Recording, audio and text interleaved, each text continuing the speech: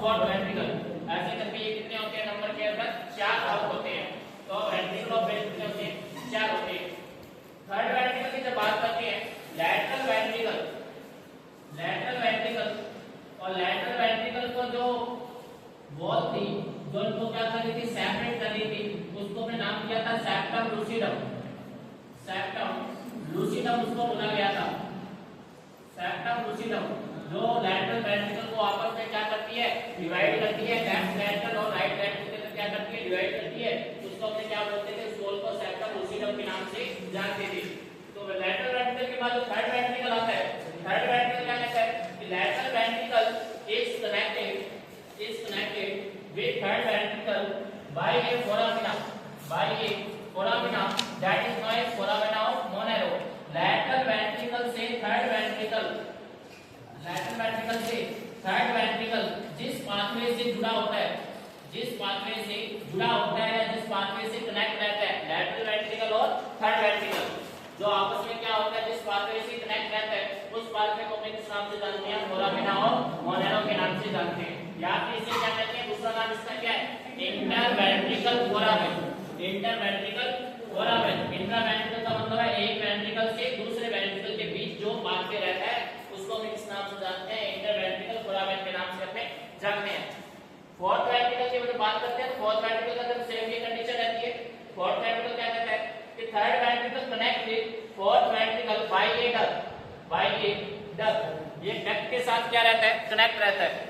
Third ventricle fourth ventricle के साथ क्या रहता है एक डक्ट के साथ क्या रहता है कनेक्ट रहता है और इस डक्ट को अपने क्या कहते हैं साल्वियन एक्वाडक्ट के नाम से जानते हैं। एमसीक्यू बना गया, एमसीक्यू है कि थर्ड वेंट्रिकल फोर्थ वेंट्रिकल के साथ जिस डक्ट के साथ कनेक्ट रहता है उस डक्ट को हम क्या कहते हैं तो साल्वियन एक्वाडक्ट के नाम से उसे जाना जाता है। तो लैटरल वेंट्रिकल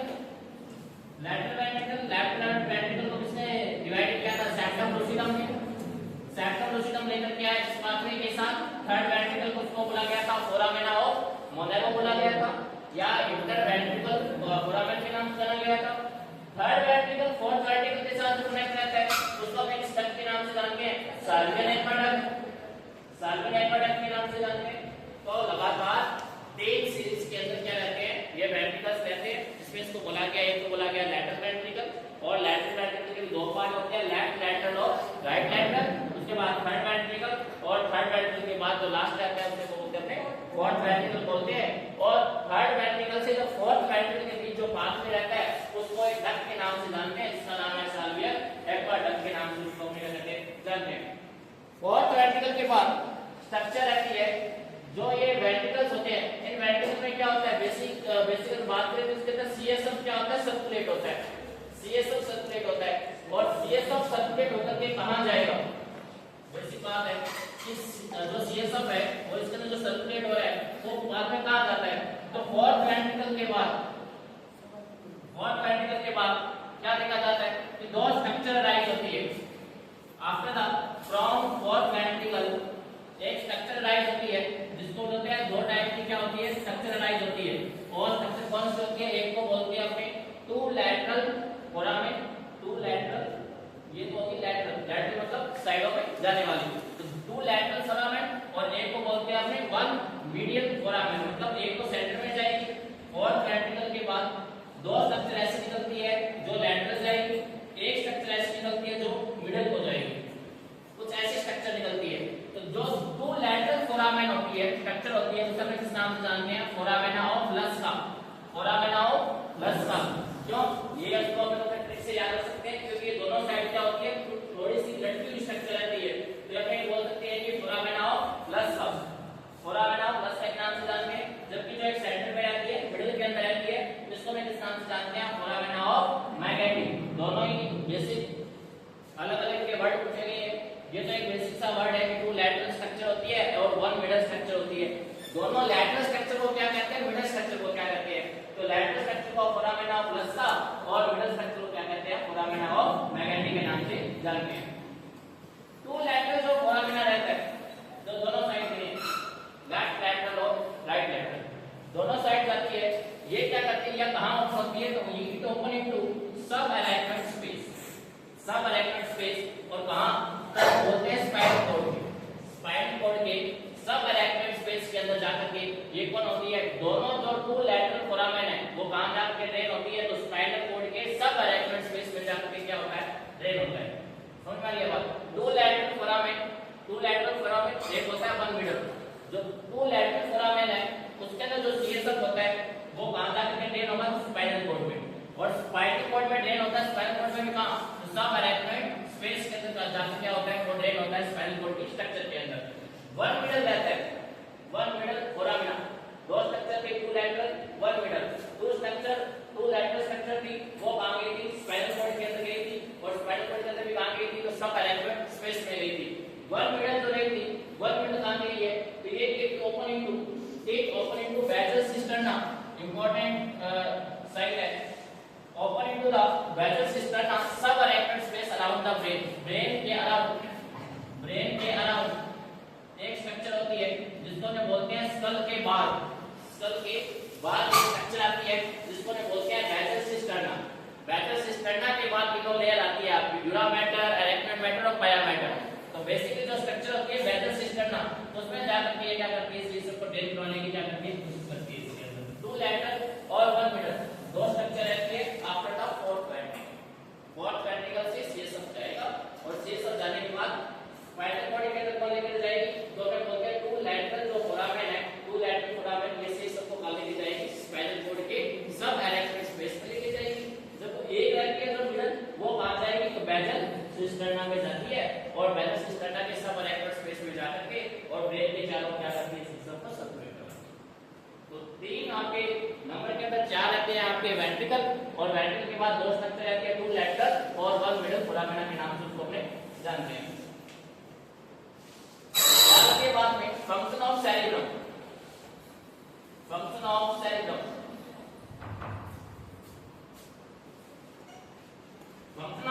के अंदर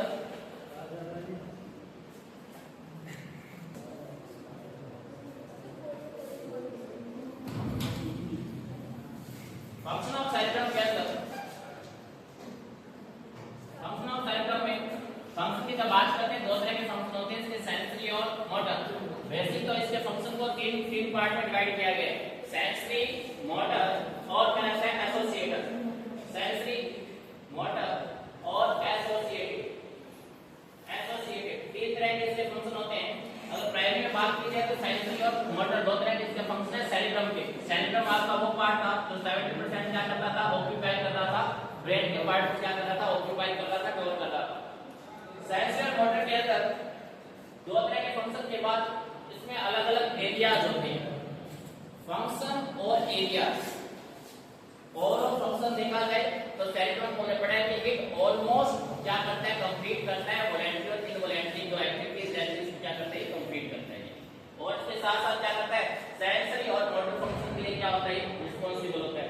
पर सेरेब्रम के अंदर भी क्या होते हैं, अलग अलग एरियाज आते हैं, और अलग अलग एरियाज की बात की जाए तो पहला आता है मोटर एरिया। और मोटर एरिया में क्या, तो दो तरह के आपके सामने प्रेजेंट है कि एक होता है प्राइमरी मोटर एरिया, दूसरा होता है Broca's area. Primary motor area की बात करें तो यहाँ डिस्कशन होगा अभी, इसमें क्या देखने को मिलती है, बैटेल सेल देखने को मिलती है, जबकि ब्रोकास एरिया क्या करता है, मसल ऑफ स्पीच के लिए क्या होता है, रिस्पांसिबल होता है। मसल ऑफ स्पीच जो आप बोलते हो, लगातार बोलते हो, उसको बोलने के पीछे कौन सा एरिया रिस्पांसिबल होता है, तो ब्रोकास एरिया होता है। बना गया है मसल ऑफ स्पीच के लिए कौन सा एरिया रिस्पांसिबल होता है, तो ब्रोकास एरिया बना गया है स्पेस के पीछे। और सेकंड क्या है, तो सेंसरी एरिया में क्या, तो ऑल्फैक्टरी का मतलब होता है आपका ऑल्फैक्शन का मतलब होता है स्मेल को डिटेक्ट करवाने के लिए ऑल्फैक्टरी सेंसरी एरिया होता है।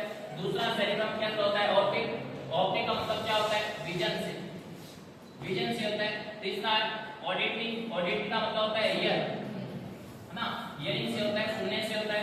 चौथा होता है गस्टेटरी का मतलब होता है टच।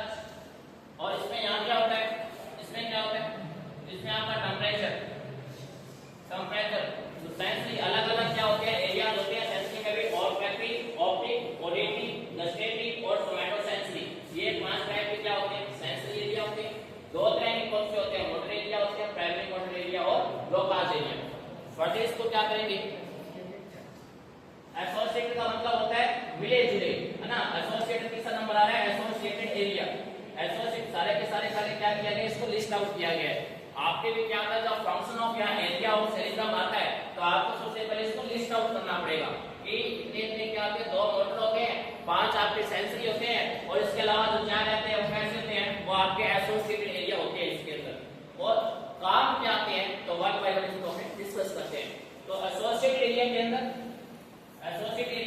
तो प्री मोटर पहला आता है, प्री मोटर, प्री फ्रंटल आपके सामने रिप्रेजेंट है कि पहला आता है प्री मोटर के बाद प्री फ्रंटल, थर्ड होता है वर्निक्स एरिया, और फोर्थ होता है पेराइटो ओसिपिटल एरिया।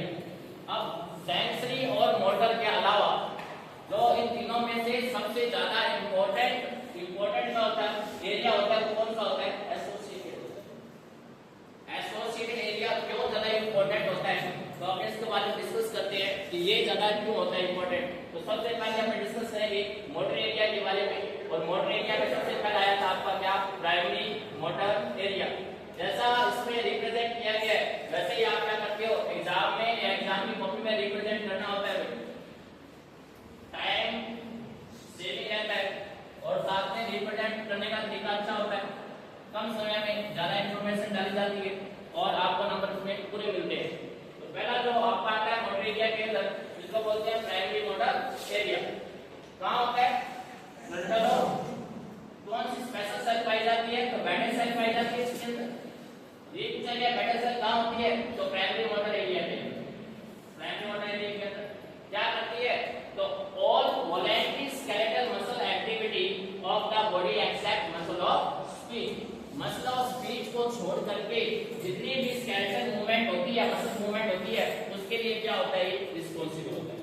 इसके अलावा बैटल सेल क्या है, स्पेशल सेल बैटल सेल होती है इसके अंदर। तो ये क्या है, तो ये control right hemisphere to left body side और left hemisphere control to right body side. मतलब जो लेफ्ट साइड जो रहता है सेरेब्रम का, लेफ्ट साइड रहता है, राइट साइड की बॉडी को कंट्रोल करता है, और राइट हेमिस्फीयर होता है वो कौन सा, लेफ्ट साइड की बॉडी को क्या करता है, कंट्रोल करने के लिए क्या होता है, रिस्पांसिबल होता है। और इसको जो कंट्रोल करती है सेल, उसका नाम क्या होता है, बैटल सेल। सिंपल। जो आपका सेरेब्रम का पार्ट या सेरेब्रम का हेमिस्फीयर के अंदर जो बैटल सेल होती है, जो लेफ्ट साइड होती है वो राइट साइड की बॉडी को कंट्रोल करती है, और जो राइट साइड होती है वो लेफ्ट साइड की बॉडी को क्या करती है, कंट्रोल करने में क्या करती है, उसकी हेल्प करती है। ऐसे ही दूसरा था ब्रोकास एरिया, और ब्रोकास एरिया में क्या था, उसने बोला था except muscle of speech. Muscle of speech को छोड़ करके बाकी जितने स्केलेटल मूवमेंट थे वो तो किसने कहे थे, प्राइमरी मोटर एरिया ने करवा दिए थे। तो एक छोटा सा मूवमेंट वो था मसल ऑफ स्पीच, और मसल ऑफ स्पीच को कौन कंप्लीट करवाता है, तो आपका Broca's area. Broca's area location का होता है, फिर से फ्रंटल लोब। ब्रोकास का मतलब होता है जिसने, ब्रोकास का स्पेसिफिक कोई मतलब नहीं है, और जिसने फाइंड आउट किया, इसको एक्सप्लोर किया, उस व्यक्ति ने विशेष ने अपना नाम दे दिया उसको। ब्रोकास कोई किसी ऑर्गन का नाम नहीं है, कोई स्ट्रक्चर का नाम नहीं है, बट जिस व्यक्ति विशेष ने इसको क्या किया था, एक्सप्लोर किया था, उसने अपना नाम डाल दिया कि ब्रोकास एरिया ने कैसे किया था। वहां क्या होता है कि जो मसल ऑफ मूवमेंट है या मसल ऑफ स्पीच है, उसके लिए क्या होता है, ये रिस्पांसिबल है। जैसे एडम एप्पल का लैरिंक्स का, है ना, ये एप्पल की शेप जैसा लैरिंक्स दिखाई देता है ना, एडम एप्पल।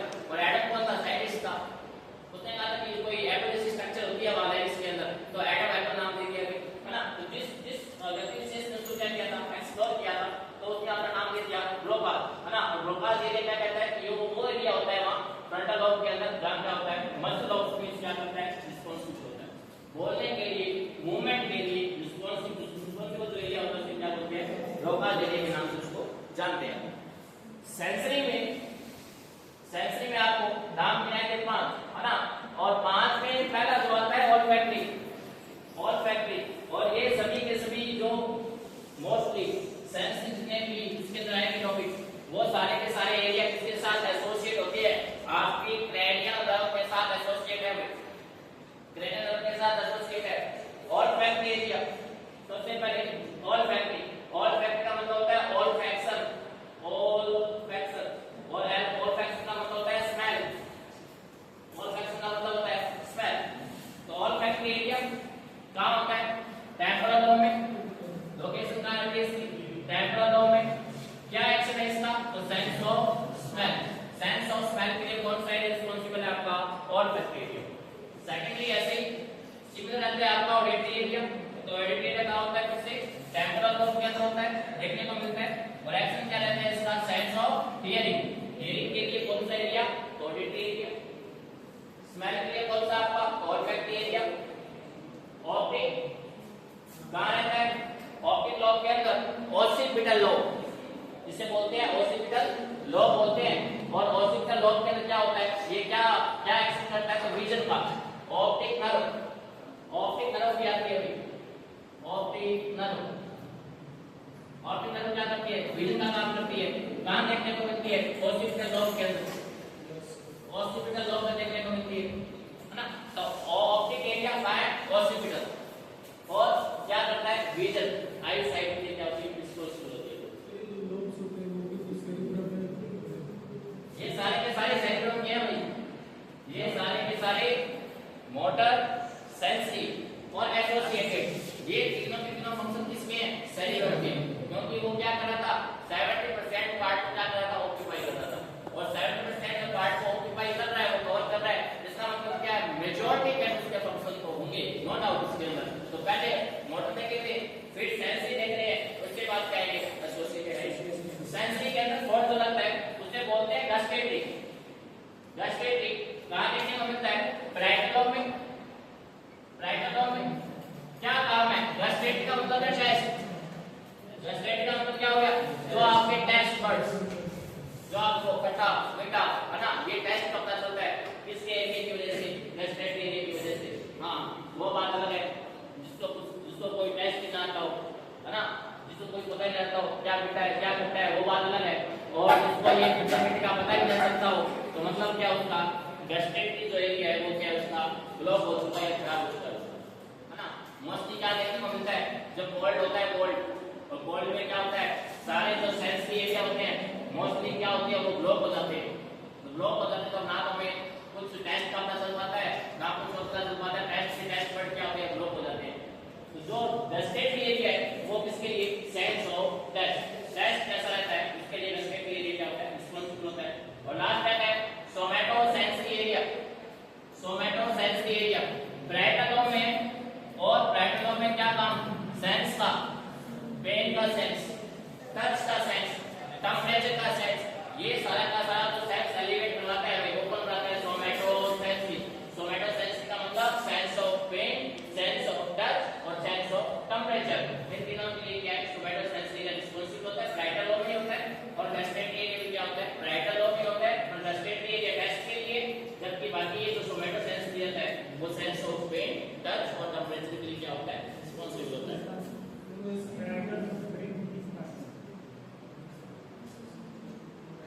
फ्रंटल, फ्रंटल, ये फ्रंटल, ये फ्रंटल, ये प्री फ्रंटल, ये फ्रंटल, ये प्री फ्रंटल, ये पैराइटल, ये पैराइटल, ये टेम्पोरल, टेम्पोरल, ये ओसिपिटल, है ना। अच्छा हाथ कैसे? ये फ्रंटल, ये फ्रंटल है, ये प्री फ्रंटल है, ये पैराइटल है, ये टेम्पोरल है और ये ओसिपिटल है ना। ये सारे के सारे एरिया जाते हैं इसके। हाँ, तीसरा एरिया जिसको बोला गया है एसोसिएटेड एरिया, सबसे इंपॉर्टेंट, सबसे अच्छा, सबसे इंपॉर्टेंट। उसको क्यों बोल रहा हूँ मैं इंपॉर्टेंट, क्यों अच्छा बोल रहा हूँ? ये बहुत ही मजेदार है। हाँ तो दवाई ना,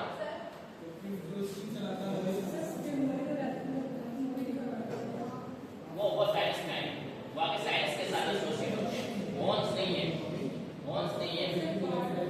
अब पार्ट में एंट्री करेंगे ना, ब्रेन में एसोसिएट नहीं होंगे। ब्रेन में एसोसिएट, जब फेशियल बोन्स की बात आती है तो उसमें क्या होते हैं? कंट्रोल होते हैं। ब्रेन में कंट्रोल नहीं होते, है ना। एथिमॉइड है क्या? एथिमॉइड, है ना। साइनस आते हैं, नेक और आईज के पास साइनस होते हैं। हाँ, साइनस होते हैं, कैविटी होती है। एसोसिएटेड एरिया, एसोसिएटेड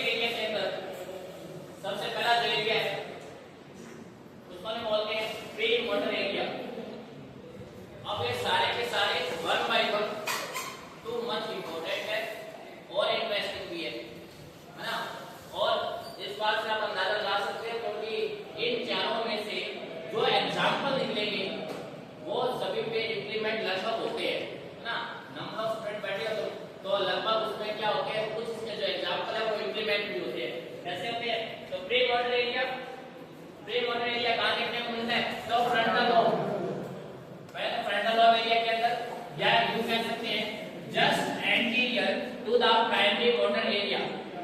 फ्रंटल में भी कहां? फ्रंटल लॉब में भी कहां? तो प्राइमरी मोटर एरिया के आगे देखने को मिलता है ना। प्री मोटर मतलब मोटर एरिया के आगे, इसका नाम क्या हो गया? Pre motor area. फंक्शन क्या है? Has to coordinate of impulse, जितने भी इंपल्स आ रही है। प्राइमरी मोटर एरिया के अंदर क्या था? प्योर स्केलेटल मसल के मूवमेंट के रिस्पांसिबल। तो स्केलेटल मूवमेंट के मसल के लिए जितने भी इंपल्स आ रही है, जितना भी ऑर्डर आ रहा है कि इस मसल को काम करना है, तो जितना भी मसल कंट्रैक्शन के जितने भी इंपल्स आ रही थी, तो इस इंपल्स को क्या करके रखना? कोऑर्डिनेट करके रखना, मतलब लगातार मसल के अंदर कंट्रैक्शन बना करके रखना। किसका काम होता है? प्री मोटर एरिया का काम होता है कि जितनी कमांड मिल रही है मसल को, लगातार वो मसल क्या करे? कंट्रैक्ट करे और काम करती रहे। इसको हम बोलते हैं कोऑर्डिनेशन ऑफ इंपल्स बोलते हैं, है ना। और ये क्या करती है? प्राइमरी मोटर एरिया में काम करते हैं, हेल्प करती है। दूसरा होता है प्रीफ्रंटल एरिया, प्रीफ्रंटल। और प्रीफ्रंटल में क्या? तो ये फ्रंटल लॉब में नाम से पता चल रहा है कि कहां और इसका लोकेशन कहां देखने को मिलता है? तो फ्रंटल लॉब में देखने को मिलता है। और फ्रंटल लॉब में भी वापस कहां से? Just anterior primary motor area, primary motor area के आगे। और कहां देखने को मिलता है? तो फ्रंटल लॉब में देखने को मिलता है। प्रीफ्रंटल एरिया मतलब फंक्शन है वो है रिस्पांसिबल फॉर इंटेलेक्चुअल बिहेवियर। आपका दिमाग कितना है? अकॉर्डिंग टू कंडीशन आप ढल पाते हो नहीं ढल पाते हो? किसी एनवायरनमेंट में आप एडजस्ट हो पाते हो नहीं हो पाते हो?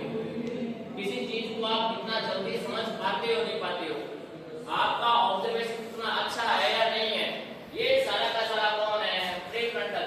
इंटेलेक्चुअल बिहेवियर, इंटेलिजेंसी और have to separate human to animals. ये देखो कितनी अच्छी बात है, कितनी अच्छी बात है। 8 to 9 स्टार के साथ इसको इंडिकेट कर रहा हूं मैं, है ना। कितनी अच्छी बात है ये। ह्यूमन टू एनिमल्स मतलब क्या है? कि जो ह्यूमन है, ह्यूमन की इंटेलिजेंसी उसका अकॉर्डिंग टू एनवायरनमेंट के साथ क्या एडजस्ट होना, या अकॉर्डिंग टू टाइम कंडीशन के अनुसार क्या होना, अपने आप को क्या करना? एडजस्ट करना, है ना। और कंडीशन के अकॉर्डिंग क्या करना? बिहेव करना। तो ये ह्यूमन के अंदर क्या करती है? इस पावर को क्या करती है? इंटेलेक्चुअल बिहेवियर को क्या करती है? प्रोवाइड करती है प्रीफ्रंटल एरिया। अगर ये नहीं है उसमें, तो उसमें और एनिमल में कोई फर्क नहीं है। तो जो एनिमल में पार्ट नहीं है उसे कौन सा पार्ट नहीं है? तो प्रीफ्रंटल एरिया जो पार्ट है वो एनिमल में फिर नहीं होता है। और यही पार्ट होने की वजह से एनिमल और ह्यूमन में क्या होता है? डिफरेंस होता है ना।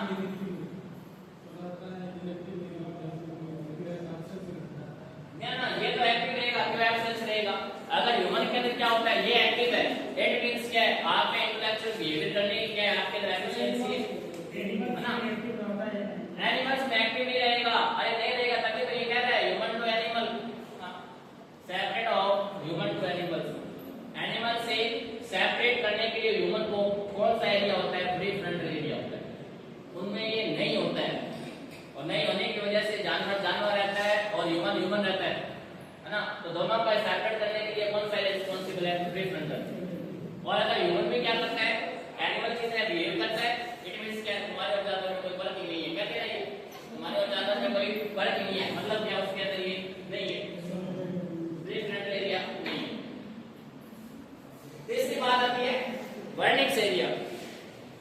वर्निक्स एरिया, और ये दोनों मेरे फेवरेट है, वर्निक्स एरिया और parietooccipital area. Parietooccipital area, Wernicke's area. Wernicke's area होता है सेंसरी स्पीच एरिया। मैं तुम्हें क्या बोल रहा हूं और वो तुम्हें समझ में आए या ना आए, है ना। मैं तुम्हें लगातार बोल रहा हूं और तुम्हें समझ में नहीं आ रहा है ना। इट मींस क्या है कि ये वर्निक्स एरिया है, वो क्या है? वो खराब हो गया, वो, है ना। वो एरिया क्या हो चुका है? ढाबा चुका हो चुका है ना, मतलब डैमेज हो चुका है, खत्म हो चुका है, या है नहीं, है ना, या वो एक्टिव नहीं है, या वो काम नहीं कर रहा है। तो इट मींस क्या है? वर्निक्स एरिया का मतलब क्या है? सेंसरी स्पीच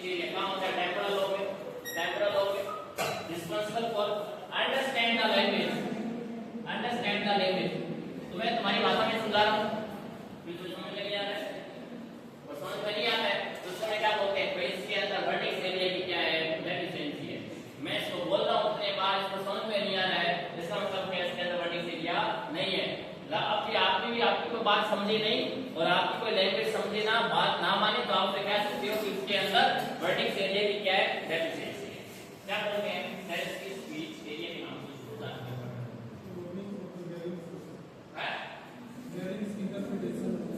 इंटरप्रेशन, हां कम्युनिकेशन इंटरप्रिटेशन होता है टेम्पोरल लॉ में। टेम्पोरल लॉ में क्या होता है, जो आप क्या करते हो, ऑडिटरी से आप गाने सुनते हो, है ना। लिस्निंग जो आपकी क्या होती है, एक्टिविटी होती है, तो जो आप सुन रहे होते हो उसको अंडरस्टैंड करते हो, है ना।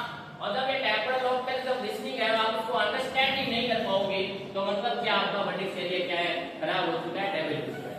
इसके अलावा ब्राइट ऑसिपिटल है, ब्राइट ऑसिपिटल क्या मतलब है, सेंसरी रिटन एरिया। ये ना सेंसरी स्पीच जो बोला गया वो समझ में नहीं आया, मतलब वर्डिक्स एरिया के क्या हो गया, कवर्ड हो चुका है, खराब हो चुका है। फोर्थ था पैलेटो ओसिपिटल। हां, पैलेटो ओसिपिटल का मतलब क्या है, sensory written area. Sensory written area मतलब ये भी क्या होता है, पैलेटो लॉ में होता है आपके। और पैलेटो लॉ में क्या देखने को मिलता है कि आप उसकी लैंग्वेज को जो रिटर्न कर रहा है, राइट डाउन कर रहा है ना, अगर आप उसकी लैंग्वेज को या उसकी रिटर्न को, राइटिंग को समझ नहीं पा रहे हो, है ना, समझ नहीं पा रहे हो, मतलब क्या है, ये समझाता है। मैं आपके सामने क्या दिख रहा हूं, आप जिसकी हेल्प से समझ पा रहे हो मेरी राइटिंग को, इट मींस कि आपका पैलेटो ओसिपिटल एरिया अच्छा है। और अगर आप, मैं तो दिख रहा हूं, आप उसको समझ ही नहीं पा रहे हो, इट मींस क्या है, आपका जो पैलेटो ओसिपिटल एरिया वो क्या हो चुका है, डैमेज हो चुका है। ना तो मेरी बात आपकी कही हुई आपको सुनाई दे रही है, ना लिखी हुई सुनाई दे रही है, इट मींस क्या है, वर्डिक्स एरिया और पैलेटो एरिया क्या है, आपका डैमेज हो चुका है ना। आपका नहीं, आपको तो अच्छे से समझ में आ रहा है, पर फिर भी जिसको समझ में नहीं आता या जिसको राइटिंग समझ में नहीं आती, इट मींस क्या है, उसके दोनों एरियाज क्या होते हैं, डैमेज होते हैं। सिंपल सा है, नहीं करता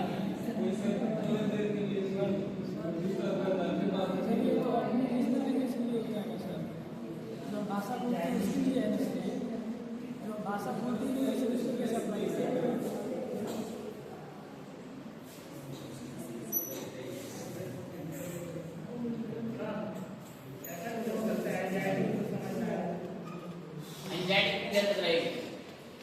एंजाइटी गवर्नमेंट के लिए रह जाएगी, 3 मिनट के लिए रह जाएगी।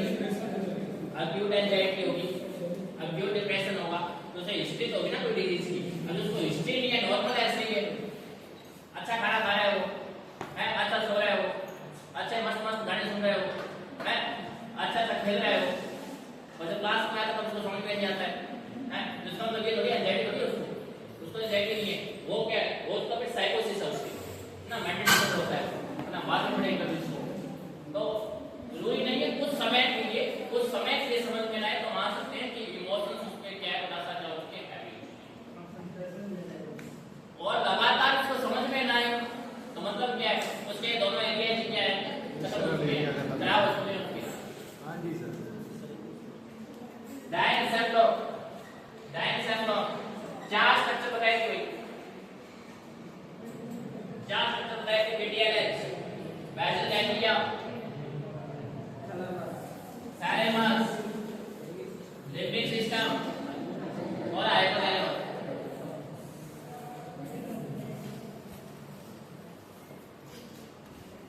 एक बार मैं फिर से कह रहा हूं,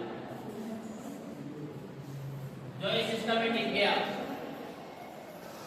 जो इस सिस्टम में है ना टिक गया, बहुत सारे सिस्टम में डंडे गाड़ देगा, है ना, बहुत सारे सिस्टम में डंडे गाड़ देगा, और जो इस सिस्टम में टिकेगा, कंसंट्रेट नहीं बना पाया, है ना, ये क्या हो रहा है, ये क्या हो रहा है, enable to understand, enable to writing, है ना, वर्डिक्स एरिया, पैलेटो ओसिपिटल एरिया को अपने पे हैवी कर देगा, वो समझ नहीं पाएगा, तो वो सारे सिस्टम क्या होते हैं, उसमें मिक्स हो जाएंगे। क्योंकि ये एक ऐसा सिस्टम है जिसमें से आपको 3 से 4 क्वेश्चन मिलेंगे, और डेफिनेटली 2 शॉर्ट नोट तो आएंगे, एक चाहे स्ट्रक्चर पे आ जाए, एक चाहे फंक्शन पे आ जाए, तो एक एनाटॉमी एंड एक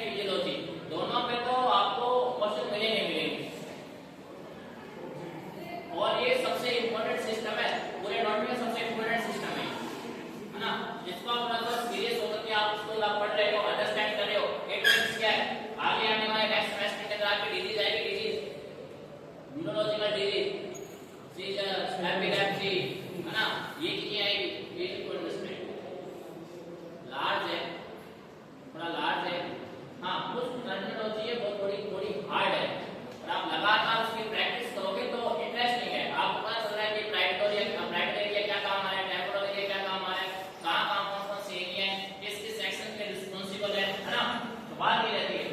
VTLS basic area, thalamus, limbic system और बेसिक। हाँ जी, अब यहाँ से सीधा सा एक क्वेश्चन आ गया है एमसीक्यू, VTLS से एक एमसीक्यू आ गया है, और वो क्या हो गया है, पहला तो ऐसा है कि जो टेम्परेचर को, हंगर को, थ्रस्ट को, इनको क्या करता है, इनको मेंटेन करने की कोशिश करता है या इनको मेंटेन करवाता है, वो कौन करवाता है आपका हाइपोथैलेमस। पहला एमसीक्यू, जो सबसे मोस्ट कॉमन देखने को मिलता है। सेकंड, लिम्बिक सिस्टम पे क्या, emotional brain is also known, emotional brain is also known, emotional brain किस नाम से जानते हैं, तो लिम्बिक सिस्टम के नाम से अपने इसको जानते हैं।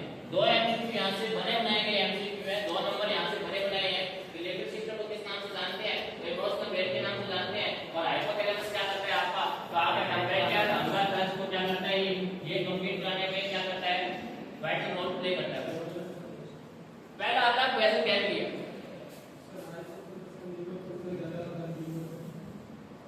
फिजियोलॉजिकल फंक्शन ज्यादा होता है,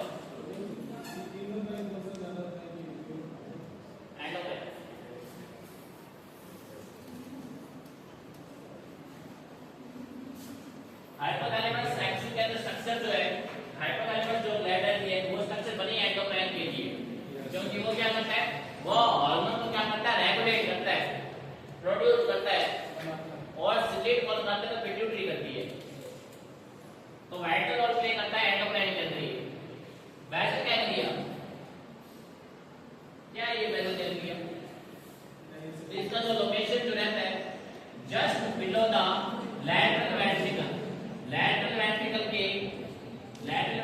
के बिल्कुल एंड में स्ट्रक्चर पाई जाती है, just below the lateral ventricle, और it connect cerebral cortex to the thalamus, cerebral cortex को किसके साथ जोड़ता है, ये थैलेमस को साथ आपस में जोड़ता है, सेरेब्रल कॉर्टेक्स और थैलेमस को आपस में जोड़ता है, कौन स्ट्रक्चर होती है, बेसिक एरिया कहलाती है।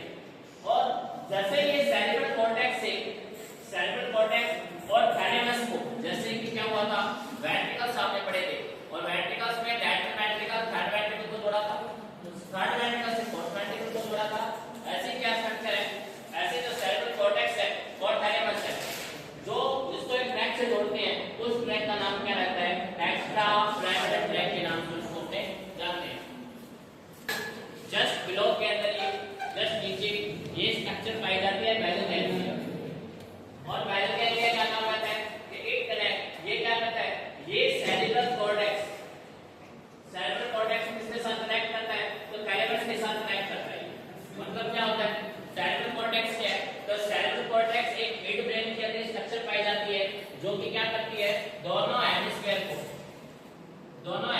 को आपस में जॉइंट करने का काम करती है, जॉइंट करने का, दोनों हेमिस्फीयर को आपस में जोड़ के रखने का क्या करती है, काम करती है, उसको हमने क्या कहते हैं, उसको सेरेब्रल कॉर्टेक्स के नाम से उसको जानते हैं। और सेरेब्रल कॉर्टेक्स से लेकर के और थैलेमस में एक पाथवे बनता है, एक ट्रैक बनता है, उस ट्रैक को अपने किस नाम से जानते हैं, एक्स्ट्रा पिरामिडल ट्रैक के नाम से जानते हैं, और कौन बनाता है, बेसिक एरिया बनाता है। किससे बना होता है, तो ग्रे मैटर से बना होता है, आपको पता है, ये ग्रे मैटर से इनसाइड जब देखेंगे अपने सेरेब्रम के अंदर क्या देखते हैं, बिल्कुल इनसाइड देखते हैं, तो वो होते हैं व्हाइट मैटर की, बाकी बाहर से कैसा दिखता है, तो ग्रे मैटर है ना, ग्रे मैटर, ग्रे का मतलब कलर, मैटर का मतलब होता है सरफेस, और ग्रे का मतलब होता है कलर, है ना, तो उसका जो सरफेस होता है वो कैसा होता है, ग्रे मैटर का होता है, ग्रे सरफेस होता है उसका। वेसिकल गैंग्लिया के एक्शन क्या है, सबसे important action, it initiate module and control fine और कॉम्प्लेक्स मूवमेंट, बहुत इंपॉर्टेंट बात है, कंट्रोल करता है हर एक एक्टिविटी को, सिंगल एक्टिविटी को और कॉम्प्लेक्स एक्टिविटी को, कौन सी, इनिशिएट का मतलब होता है फाइन, इनिशिएट का मतलब क्या होता है? फाइन, छोटे से छोटे और बड़ी से बड़ी मूवमेंट, है ना? तो initiate module control fine movement complex, जैसे कि इनवॉलेंटरी और वॉलेंटरी दोनों तरह के मूवमेंट को क्या करता है? बॉडी की कंट्रोल करता है, वॉलेंटरी और इनवॉलेंटरी मूवमेंट को। मैं बोलता हूं, लगातार बोलता हूं, है ना? तो मेरे माउथ के अंदर ओरल कैविटी में क्या होगा? स्लाइवेशन होगा, स्लाइवेशन होगा। मैं बोल रहा हूं लगातार और ओरल कैविटी में स्लाइवेशन हो रहा है, तो जितना स्लाइवेशन हो रहा है वो अपने आप क्या हो रहा है? स्वेलो हो रहा है, अपने आप क्या हो रहा है? स्वेलो हो रहा है। और ये स्वेलो कौन करवा रहा है? वेजिटेरियन करवा रहा है सर। सारी या कुछ कुछ वॉलंटरी और इनवॉलंटरी? मोस्टली, मोस्टली सम का मतलब होता है मोस्टली, है ना? 50% भी कह सकते हैं। मोस्टली जो रहेगी वॉलेंटरी और इनवॉलेंटरी जो मूवमेंट है बॉडी की, वो क्या करवाता है? ये कंप्लीट करवाता है, वेसल गैंग्लिया करवाता है। और उसमें से कुछ एग्जांपल आपके सामने रिप्रेजेंट है, जैसे कि स्वेलो स्लाइवा, लगातार बोलते हैं फिर भी क्या होता है? जो स्लाइवेशन होता है वो आपके बाहर नहीं आता है, बाहर नहीं आता है। बोलते बोलते स्लाइवेशन कैसे आता है? स्वेलो हो जाता है।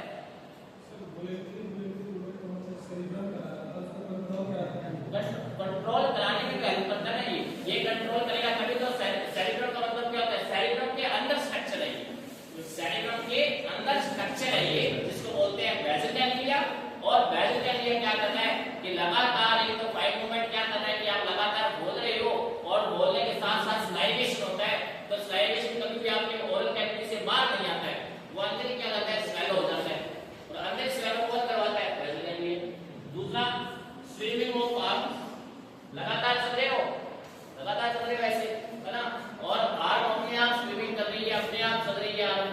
आप कुछ लगाते हो, आप क्या करते हो? आगे ये पीछे घूमा, आप नहीं करते हो, आप लगातार चल रहे होते हो, हाथ ऐसे हिल रहे होते हैं अपने आप ही, है ना?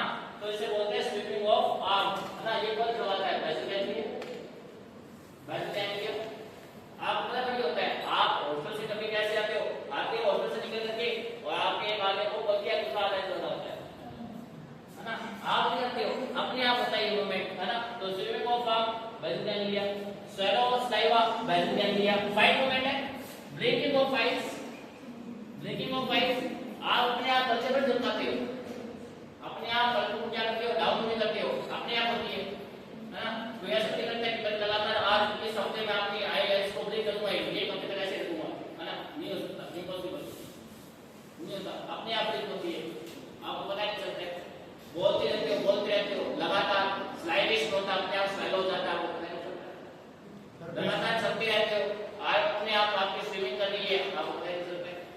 ये पेशेंट सर कोमा में करता हुआ आंखों खुली रह सकते हैं।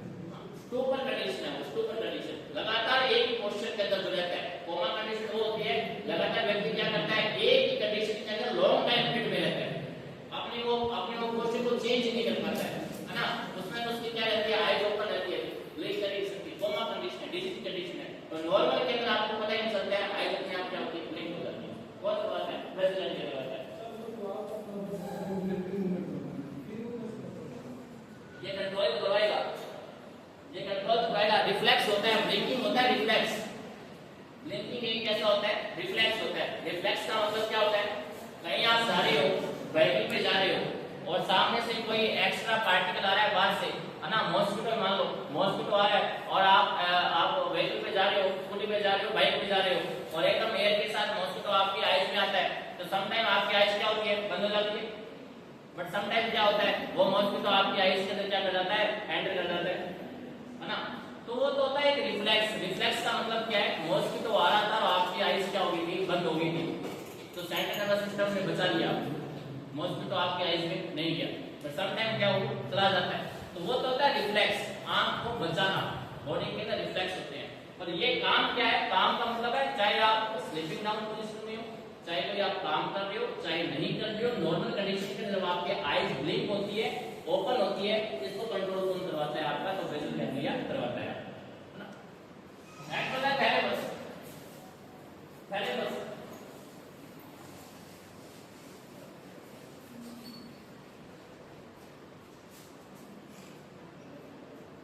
थैलेमस थर्ड वेंट्रिकल की, लेफ्ट वेंट्रिकल, उसके बाद थर्ड वेंट्रिकल, फिर फोर्थ वेंट्रिकल का। लेफ्ट वेंट्रिकल के बाद थर्ड वेंट्रिकल के बाद थर्ड वेंट्रिकल की जो लैटरल साइड में, थर्ड वेंट्रिकल की जो लैटरल साइड में दो पोल लाइक स्ट्रक्चर होती है। थर्ड वेंट्रिकल के लैटरल साइड में दो पोल लाइक स्ट्रक्चर होती है, उसको हम क्या बोलते हैं, थैलेमस बोलते हैं। डबल कह दो या पोल लाइक स्ट्रक्चर किसके लैटरल साइड में, थर्ड वेंट्रिकल के। थर्ड वेंट्रिकल के साइडों में एक पोल लाइक स्ट्रक्चर है या डबल लाइक स्ट्रक्चर है, उसको किस नाम से जानते हैं, थैलेमस के नाम से उसको जानते हैं। फिर से कलर कैसा रहेगा, तो grey matter. Inside white matter की रहेगी, बाकी सारे के सारे जितने भी आपके कंटेंट आ रहे हैं ब्रेन के या ब्रेन के एरिया जा रहे हैं, ब्रेन के अंदर के ऑर्गन आ रहे हैं, और वो बाहर से कैसे दिखेंगे, ग्रे मैटर के दिखेंगे। अंदर से कैसे होते हैं, व्हाइट होते हैं। ग्रे मैटर के होते हैं। एक्शन क्या होता है, रिले स्टेशन। एक्शन कैसा होता है, रिले स्टेशन। रिले स्टेशन का मतलब है साउथ के अंदर एक गेम है, साउथ के अंदर एक गेम है, क्या करते हैं उसके अंदर एक रिवर होती है और उस रिवर के अंदर बोट होती है और बोट पे क्या होते हैं, फ्लैग होते हैं और ये क्या करते हैं, रेस लगाते हैं, है ना। हर एक टीम का मेंबर होता है, बोट का मेंबर होता है, वो मिडिल के अंदर बोट लेके बैठा होता है, आगे भी एक बोट लेके बैठा होता है। सभी कैसे क्या होते हैं, मेंबर आगे बैठे होते हैं, एक मिडिल में होते हैं, एक आगे होता है। वो चलता है पहले इनिशियल स्टेज में, स्टार्टिंग से चलता है, चलता फटाफट चलेगा, ये फ्लैग अपनी टीम का इसको दे देगा, फिर ये आगे निकलेगा, फ्लैग इसको दे देगा और लास्ट में ये पहुंचेगा जो सबसे पहले पहुंचता है वो क्या होता है, विक्ट्री। सेम ये प्रिंसिपल होता है रिले स्टेशन। रिले स्टेशन का मतलब क्या है, इंपल्स आ रही है, इंपल्स आ रही है और इंपल्स को क्या करना, जल्दी से जल्दी फॉरवर्ड करना आगे। कोई सेंसरी मैसेज आ रहा है, उसको जल्दी से जल्दी फॉरवर्ड करना उसको आगे। मोटर का एक्शन आ रहा है, उसे जल्दी से जल्दी फॉरवर्ड करना आगे। तो जितने भी इंपल्स आ रही है आपकी, चाहे वो सेंसरी की है चाहे वो मोटर की है, उसको क्या करना, आगे से आगे क्या करना, उसको ट्रांसफर करना। तो रिले स्टेशन क्या होता है, thalamus collect all the information which is required from sensory organ with the help of sensory nerve except olfactory। olfactory को छोड़ करके, स्मेल को छोड़ करके जितने भी सेंस पहुंचती है अपनी बॉडी की, उन सभी को क्या करते हैं, सेंसरी नर्व के थ्रू क्या करता है, इंपल्स को लेकर के आता है और क्या करता है, जो एरिया उसके रिस्पांसिबल होता है उसको क्या करता है, वहां डाल देता है ना, ताकि पता चल जाए कि सेंस का अनुभव हो रहा है, वहां से मोटर एक्शन हो सके। तो सारा का सारा तो सेंस रिले स्टेशन क्या है, तो रिले स्टेशन का मतलब होता है सेंस का पता लगे फटाफट और सेंस का पता लगने के बाद मोटर एक्शन हो जाएगा। तो सब क्या कहते हैं, रिले स्टेशन के नाम से जानते हैं। जैसे ही सेंस का पता चला और वैसे ही मोटर एक्शन हो जाए, उसको हम क्या कहते हैं, रिले स्टेशन के नाम से उसको जानते हैं। कौन करवाता है ये, तो ये आपका थैलेमस करवाता है। डंबल लाइक स्ट्रक्चर है, डंबल लाइक स्ट्रक्चर है, थर्ड वेंट्रिकल के लैटरल साइडों में पाया जाता है। एक्शन क्या रहता है, रिले स्टेशन। जितने भी मैसेज आ रहे हैं सेंसरी को, उसको फटाफट क्या करता है, मोटर एक्शन के अंदर कन्वर्ट करके क्या करता है, वर्क को क्या करता है, कंप्लीट करवाता है। नाम रहता है इसका थैलेमस। और दूसरा काम इसका होता है help to formation, help to formation of concentration. Concentration को बनाने में, कंसंट्रेशन को बनाने में कौन हेल्प करता है, तो थैलेमस करता है। समटाइम एक प्रैक्टिस भी होती है, दीवार पे मिडल और स्मॉल पिन पॉइंट स्ट्रक्चर क्या की जाती है, ड्रॉ की जाती है और बोला जाता है कि उस पिन पॉइंट स्ट्रक्चर को आप लगातार देखते रहें, लगातार देखते रहें। जब आप उस स्ट्रक्चर को लगातार देखते हैं, उसका मतलब क्या है, आपका थैलेमस होता है, थैलेमस का जो वर्कआउट होता है वो बढ़ता है। किसी एक ही चीज पे कंसंट्रेट करना, एक ही चीज पे कंसंट्रेट करना। और जब आप अपने क्या करते हो, आई को कंसंट्रेट करते हो, इट मींस क्या है, इस प्रैक्टिस से क्या होता है, ये एलिमेंट होता है, इसका फंक्शन एलिमेंट होता है किसका, थैलेमस। थैलेमस क्या करता है, help in formation of concentration. Concentration को बनाने में कौन हेल्प करता है, थैलेमस क्या करता है, हेल्प करता है। और उसके बाद, और जिसमें कंसंट्रेशन नहीं होती है, जिसमें कंसंट्रेशन नहीं होती है, जरा सी भी नहीं होती है, इसका मतलब क्या, उसका थैलेमस काम नहीं कर रहा है।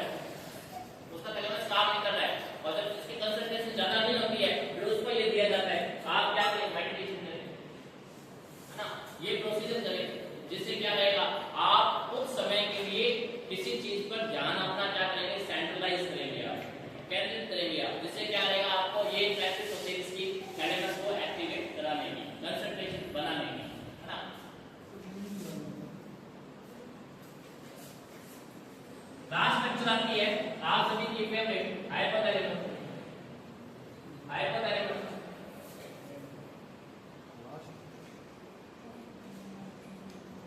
सभी जानते हैं इसके बारे में, ज्यादा बताने की जरूरत नहीं है वैसे, है ना। हाइपोथैलेमस क्या होता है, क्या नाम है इसका? हाइपोथैलेमस का दूसरा नाम क्या होता है?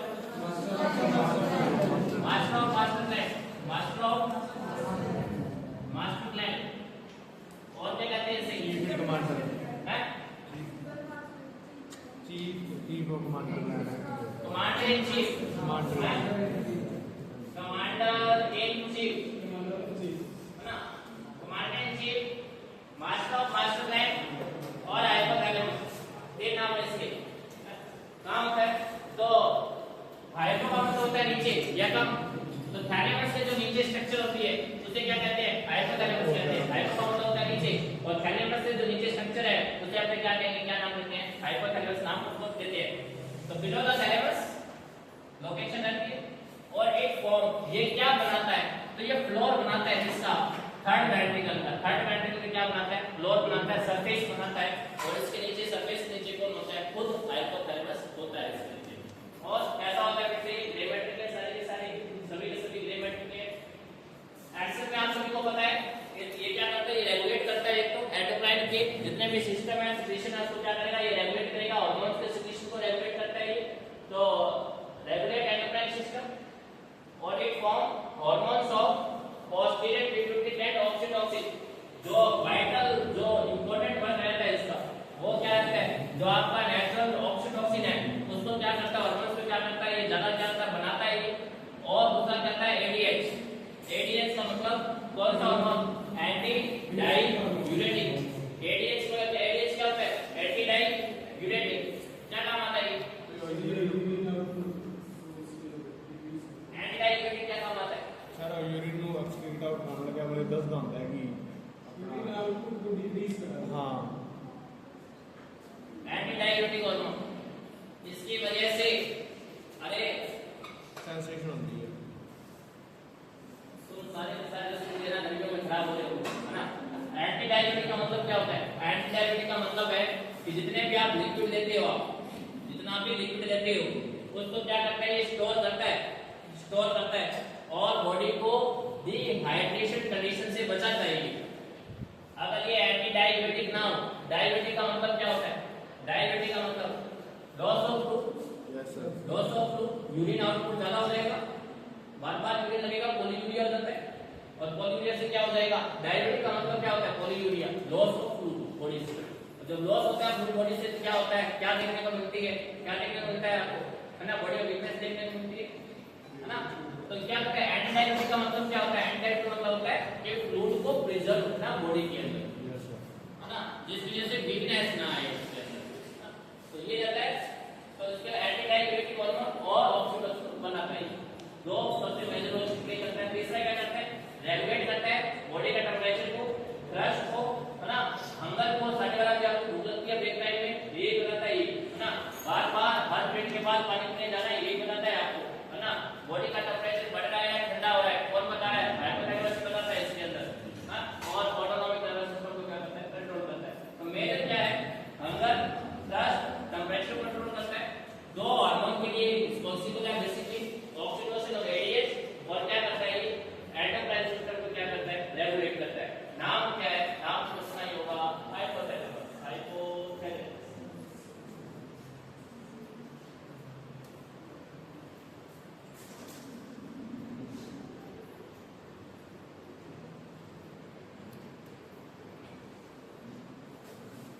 तूने मेरे दोस्त को हाथ कैसे लगाया, है ना?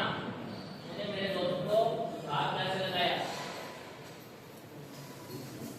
बोल के तो दिखा मेरे दोस्त के बारे में, है ना। कुछ ऐसी फीलिंग जो बॉडी के अंदर नर्वस सिस्टम में लेकर के आता है, उसका नाम है लिम्बिक सिस्टम। क्या नाम है उसका? Limbic system. लिम्बिक सिस्टम क्या है? इसे इमोशनल ब्रेन कहते हैं, इमोशनल ब्रेन।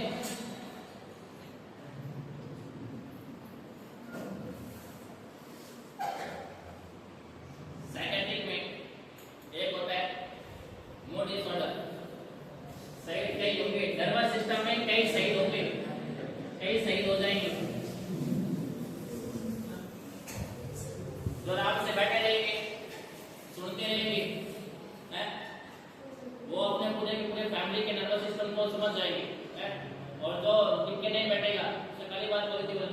गया, बहुत सारे सिस्टम की गज्जों को काट देगा, है ना। कोई सिस्टम ऐसा जिससे हार्ड कोई सिस्टम नहीं है, इससे सारे जितने सिस्टम है सारे बॉडी को समझना है, सबसे इम्पोर्टेंट सिस्टम है बस।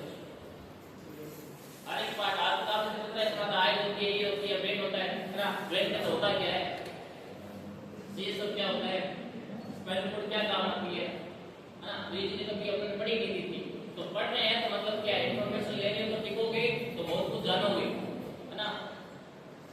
जो जागत है सो पावत है, जो सोवत है वो है ना। ये अच्छा बहुत स्टेटमेंट है।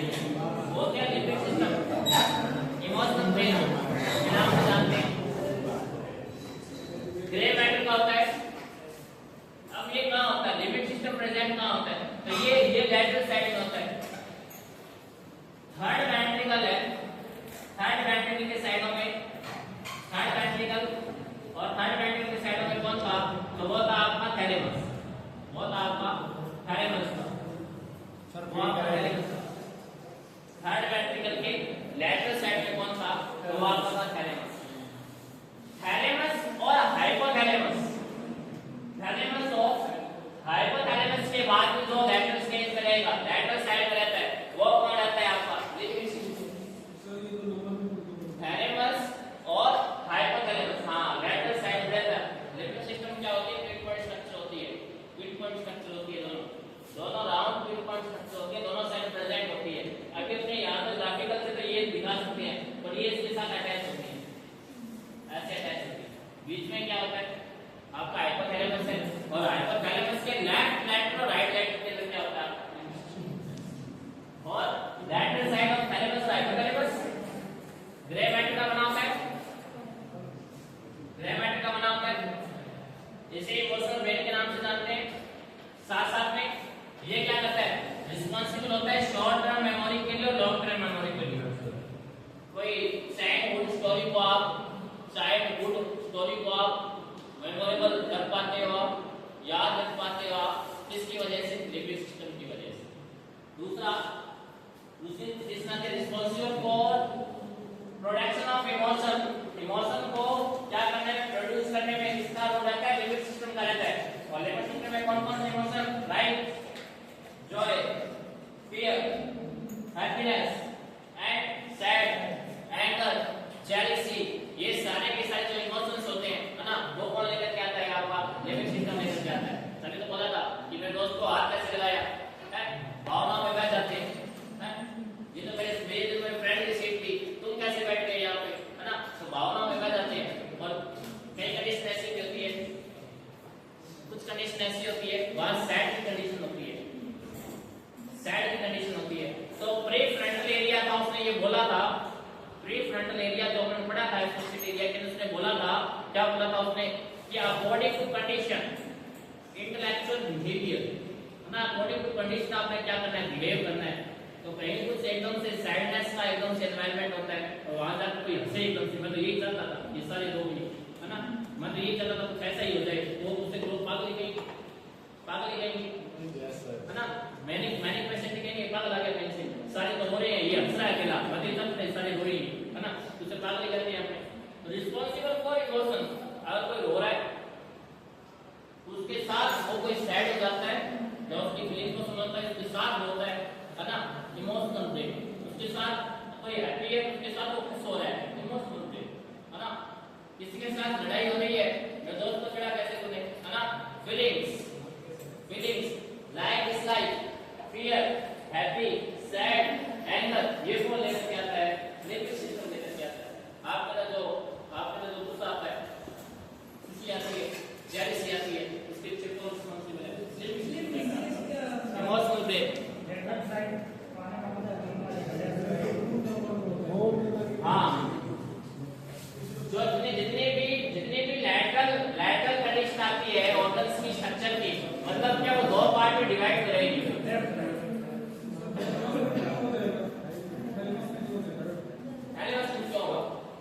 थैलेमस के दोनों हो रहे हैं, थैलेमस तो सेंटर में है, थैलेमस तो सेंटर में है, हाइपोथैलेमस और थैलेमस ये तो सेंटर में है, और इनके लैटरल वॉल पे क्या रहती है, लिम्बिक सिस्टम रहती है। डायरेक्ट सेप्टम ग्रे मैटर सबसे पहले आता है डायरेक्शन, पूरी ब्रेन नर्वस सिस्टम वो सारे के सारे जितने भी नर्वस सिस्टम के अंदर स्ट्रक्चर आती है वो सारे के सारे जो सेल है वो किसके टिश्यू की बनी होती है, नर्वस टिश्यू। न्यूरॉन से स्टार्ट होता है, सरफेस सारों का बाहर से ग्रे होता है, अंदर से सारों का व्हाइट होता है। फ्रंटली में सबसे पहले सेरिब्रम आता है, सेरिब्रम के बाद में आपके मीडियल आते हैं, basal ganglia, hypothalamus, thalamus, limbic system. और ये जो मीडियल होता है ना, इंपॉर्टेंट बात है, मीडियल होता है ये जो 70% जो ऑक्यूपाई करता है इसके लास्ट पार्ट में होते हैं, सेरिब्रम के लास्ट पार्ट में होते हैं, सेरिब्रम के लास्ट पार्ट में देखने को मिलते हैं मीडियल। क्यों? उसके बाद में क्या आता है, मिड ब्रेन आ जाएगा, मिड आ जाएगा, मिड के बाद में क्या आता है, लास्ट पार्ट ऑफ ब्रेन आता है, सेरिबेलम आता है, कौन सा आता है, पेडुलम आता है। तो 70% का जो लास्ट पार्ट होता है उसमें मीडियल देखने को मिलता है। मिड ब्रेन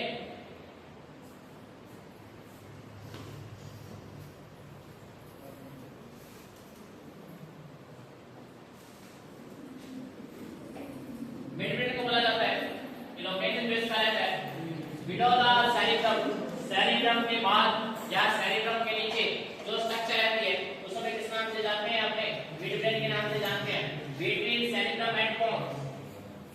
मतलब सेरिब्रम खत्म होगा और पोन्स स्टार्ट होता है, इन दोनों के बीच के डिफरेंस को अपने क्या नाम जानते हैं, मिड ब्रेन के नाम से इसको जानते हैं, सिंपल। सेकेंडली ग्रे मैटर के भी आपको बताया था, सारी ग्रे मैटर की बनी होती है, बाहर सारे ग्रे होते हैं, अंदर सारे क्या होते हैं, व्हाइट होते हैं। एक्शन क्या रहता है इसका मिड का बेसिकली, तो coordination of impulse, coordination of impulse of hearing and visual. जो भी आप सुन रहे हैं, जो भी आप देख रहे हैं, देखने का मतलब होता है ऑक्सीपिटल एरिया के अंदर ऑप्टिक नर्व होती है, वो उसको क्या करती है, इंपल्स को कैरी करवाती है और आई से आप देख पाते हैं। दूसरा क्या होता है, हियरिंग होता है, तो हियरिंग क्या, टेम्पोरल लोब में, टेम्पोरल लोब में है ना, वेस्टिब्यूलो कॉक्लियर नर्व होती है, वो क्या करती है, आपको सुनना, कान से, कान आपका ऑर्गन है सुनाने का, है ना, और सुनाता कौन है, उसका नर्व होती है, इसको बोलते हैं वेस्टिब्यूलो कॉक्लियर नर्व होती है, और वो क्या करती है, उस साउंड को कन्वर्ट करती है और आप अंडरस्टैंड कर पाते हो कि क्या चल रहा है इस चीज। तो हियरिंग और विजुअल को क्या करती है, इंपल्स क्या करती है, हेल्प करते हैं कोऑर्डिनेशन के लिए। दूसरा मिड ब्रेन का साइड आपको बताया था, जिसको बोलते हैं हमने कि मिड ब्रेन के अंदर क्या होता है, मिड ब्रेन के अंदर डी टू रिसेप्टर साइट होती है, डी टू रिसेप्टर साइट है, रिसेप्टर साइट होती है, और डी टू रिसेप्टर साइट का मतलब क्या है, डी टू का मतलब होता है डोपामाइन, डोपामाइन रिसेप्टर साइट होती है, रिसेप्टर साइट होती है। डोपामाइन क्या है, ऐसे क्या है, आपका न्यूरोट्रांसमीटर होता है, न्यूरोट्रांसमीटर होता है डोपामाइन, और वो कहां से होता है, मिड ब्रेन से प्रोड्यूस होता है, जो कि यहां डी टू रिसेप्टर साइट देखने को मिलती है। और इसके साथ साथ क्या करता है, ये डोपामाइन होता है, ये इसका काम क्या होता है बेसिकली, तो नेचुरली ये क्या करता है, नेचुरली क्या करता है, ब्लड प्रेशर को कंट्रोल करता है, नेचुरली ब्लड प्रेशर को क्या करता है, कंट्रोल करता है। मिड ब्रेन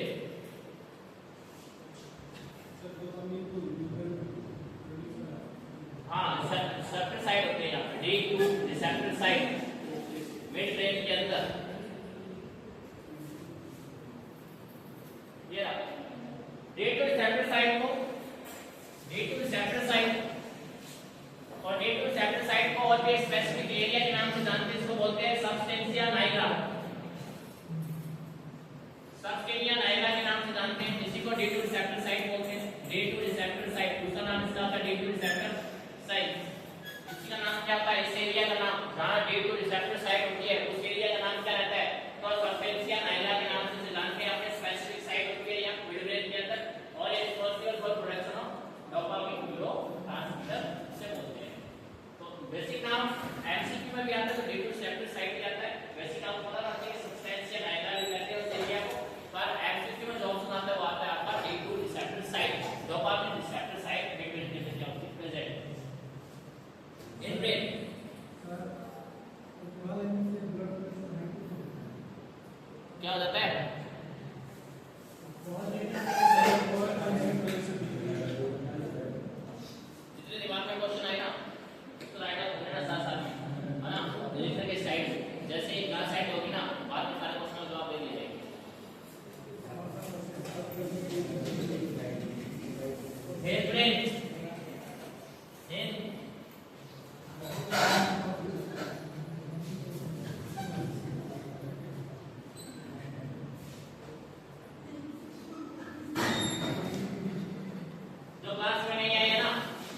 में नहीं आएगा, वो बोलेंगे क्या हिंदुस्तान क्या होता है, हिंदुस्तान क्या होता है, हाँ हिंदुस्तान क्या होता है, हिंदुस्तान जिस ब्रेन से सोचता है उसको बोलते हैं हिंदुस्तान के नाम से जानते हैं उसको, है ना। कुछ ऐसे आंसर देंगे नो डाउट उसके अंदर, जिसको क्लासिफिकेशन नहीं पता है, जिसने नर्वस सिस्टम नहीं पढ़ा है ना, वो कहेंगे क्लासिफिकेशन होता है तीन, तो कहीं से पूछ लिया और brain mid brain Hind brain, और हिंद ब्रेन क्या होता है, हिंद ब्रेन क्या कहते हैं, जिसने हिंद ब्रेन को नहीं पढ़ा वो कहेंगे कि हिंदुस्तान जिस ब्रेन को यूज करता है उसे हिंद ब्रेन के नाम से जानते हैं ना, डेफिनेटली ये समझेंगे नो डाउट।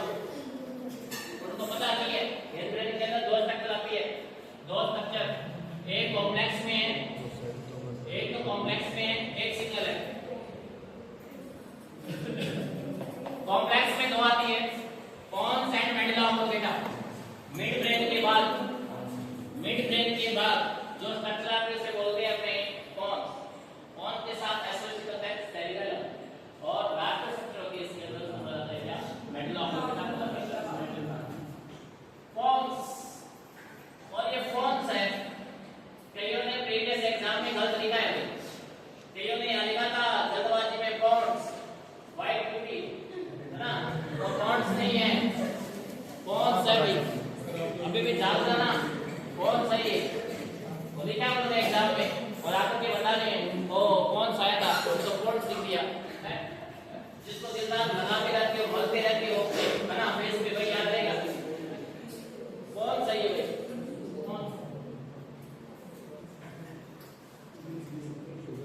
लोकेशन मैनेज, तो लोकेशन में बात करते हैं, inferior, inferior to the midbrain, midbrain की अभी बताया था मिड ब्रेन के नीचे तो इंफीरियर साइड में पाया जाता है, इंफीरियर डायरेक्शन में पाया जाता है, मिड ब्रेन के बाद पाया जाता है, पॉन्स पाया जाता है, और कहां बेसिक्स का बोलते हैं, superior to the medulla oblongata, pons के बाद मेडुला ऑब्लिंगेटा है, तो मेडुला ऑब्लिंगेटा से पहले, मेडुला ऑब्लिंगेटा से ऊपर, सुपीरियर का मतलब होता है ऊपर, है ना, तो मेडुला ऑब्लिंगेटा से ऊपर, मिड ब्रेन से नीचे, मिड ब्रेन से नीचे, मेडुला ऑब्लिंगेटा से ऊपर, और anterior to the cerebellum, cerebellum के तो सामने, सेरिबेलम के सामने, मेडुला ऑब्लिंगेटा के ऊपर, मेडुला ऑब्लिंगेटा के ऊपर, और मिड ब्रेन के नीचे जो स्ट्रक्चर पाई जाती है उसे कहते हैं पॉन्स, उसे कहते हैं पॉन्स, ये है बिजनेस। हां जी दादा, पॉन्स, है ना, सारे अपने अपने फंक्शन के लिए यूनिक फंक्शन के लिए रिस्पांसिबल है, सभी का एक अपना अपना फंक्शन है इसके अंदर, है ना। जैसे कि आपको बताया गया था, इसका जो आउटसाइड होता है पॉन्स का, पहला स्ट्रक्चर आ रहा है ब्रेन के अंदर, जिसका पॉन्स ये एक पहला स्ट्रक्चर है ब्रेन के अंदर, जिसका बाहर का जो कवरिंग है, बाहर का जो कवरिंग रहता है, बाहर का कवरिंग रहता है वो व्हाइटिश रहता है, बाहर का कवरिंग कैसा रहता है, व्हाइटिश रहता है, और अंदर का कैसा रहता है, रेड। पहला स्ट्रक्चर है, पहला स्ट्रक्चर जिसके अंदर व्हाइटिश मैटर देखने को मिलता है, कैसे बाहर से व्हाइट और अंदर से, है ना, ग्रे, हां काला तरीके से ग्रे कहते हैं। दो इंपॉर्टेंट फंक्शन है इसके, दो इंपॉर्टेंट फंक्शन, एक है न्यूमोटैक्सिक और दूसरा होता है एप्निक, न्यूमोटैक्सिक और एप्निक सब दो इंपॉर्टेंट फंक्शन रहते हैं, एरियाज रहते हैं पॉन्स के अंदर, और पॉन्स क्या था, बाहर से तो व्हाइट ब्यूटी था और अंदर से आपका ग्रे मैटर था, इंपॉर्टेंट बात है।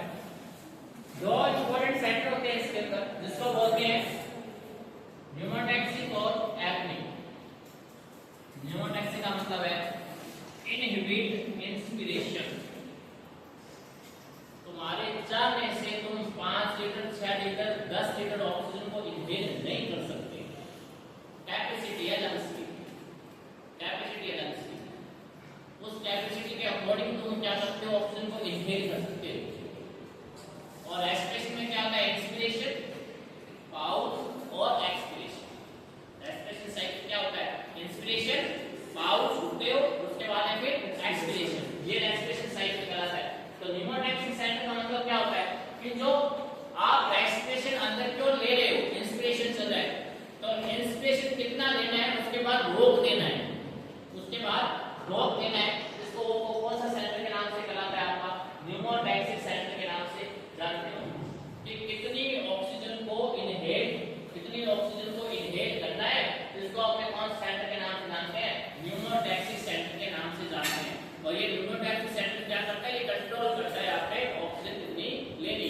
सर एक टाइम में हम कितनी सर एयर इनहेल करते हैं?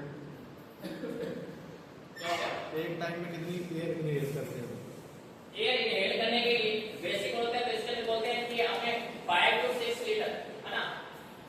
एयर एयर की अगर बात करते हैं 5 to 6 लीटर कैपेसिटी होती है एयर की।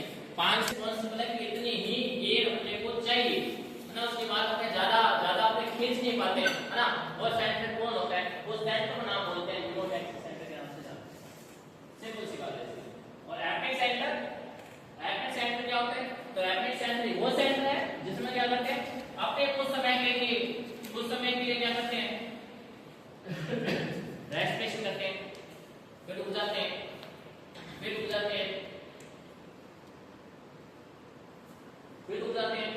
जो रेस्पिरेशन के लिए अपने को स्टिमुलेट करेगी।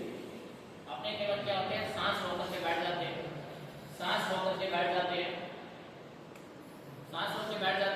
और सांस रोकने के बाद करने में फीलिंग आती है कि सांस लेना है, ब्रीथिंग लेनी है, नहीं तो मामला खराब हो जाएगा। हम ना ब्रेथ अपने कितनी देर तक होल्ड कर सकते हैं? 5, 10, 15, 20 मिनट है ना। वो मैक्सिमम 20 मिनट तो बहुत ज्यादा होता है ना।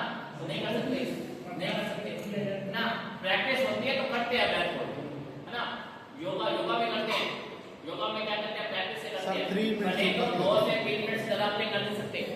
2 से 3 मिनट से ब्रेथ होल्ड अपने ज्यादा कर नहीं सकते है ना। हाइपोक्सिया होना स्टार्ट हो जाता है और फिर अंदर से एकदम फीलिंग आती है जोरदार सांस लेना है हमें है ना। तो जो स्टिमुलेट करता है इसके लिए इंस्पिरेशन के लिए एपनिया वैसे क्या होता है? एपेक्स सेंटर होता है कुछ समय के लिए ब्रेथ को होल्ड करना और होल्ड करने के बाद अपने को जरूरत पड़ती है रेस्पिरेशन लेना पड़ेगा, नहीं तो फोटो पे हार्ट अटैक सकता है ना। डेथ हो सकती है। तो लगातार रेस्पिरेशन करवाना किसका काम होता है?